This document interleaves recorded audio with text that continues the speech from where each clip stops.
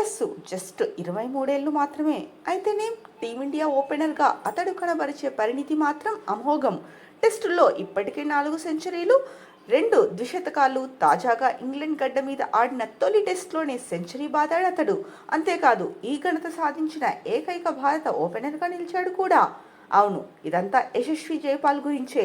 5 మ్యాచ్ల టెస్ట్ సిరీస్లో భాగంగా ఇంగ్లాండ్తో శుక్రవారం మొదలైన తొలి టెస్ట్లో జైషు శతక్ కొట్టాడు. ఆది నుంచే పలుమార్లు అవుట్ అయ్యే ప్రమాదం నుంచి తప్పించుకుని ఎట్టకేలకు 100 పరుగుల మార్కు అందుకున్నాడు. మరో ఓపెనర్ కేఎల్ రాహుల్తో కలిసి తొలి వికెట్కు 91 పరుగుల భాగస్వామ్యం నెలకొల్పిన ఈ ఎడమ చేతి వాటం బ్యాటర్ మూడో వికెట్కు కెప్టెన్ శుభ్మన్ గిల్తో కలిసి 129 పరుగుల పార్ట్నర్షిప్ అందించాడు. అయితే గిల్తో కలిసి బ్యాటింగ్ చేస్తున్న సందర్భంగా జైషు చేసిన వ్యాఖ్యలు వైరల్ గా మారాయి.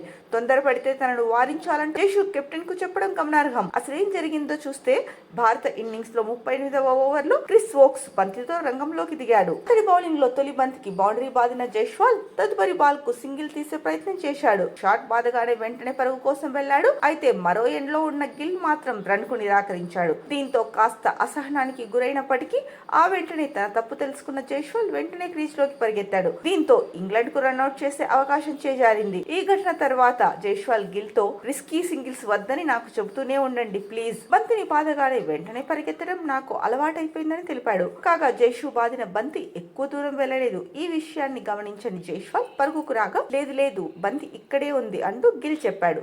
గిల్ నో చెప్పిన కారణంగా ఇద్దరు రన్అట్ ప్రమాదం నుంచి తప్పించుకున్నారు. కాగా అప్పటికి జైషు 57 పరుగుల వ్యక్తిగత స్కోర్ వద్ద ఉన్నాడు. ఆ తర్వాత గిల్ తో కలిసి చక్కటి సమన్వయంతో సెంచరీ పూర్తి చేశాడు. మొత్తంగా 159 బంతుల్లో 16 ఫోర్లు, ఒక సిక్సర్ బాది 101 పరుగులు సాధించిన ఈ ఓపెనింగ్ బ్యాటర్ ఇంగ్లాండ్ సారథి బెన్ స్టోక్స్ బౌలింగ్ లో బౌల్డ్ అయ్యాడు.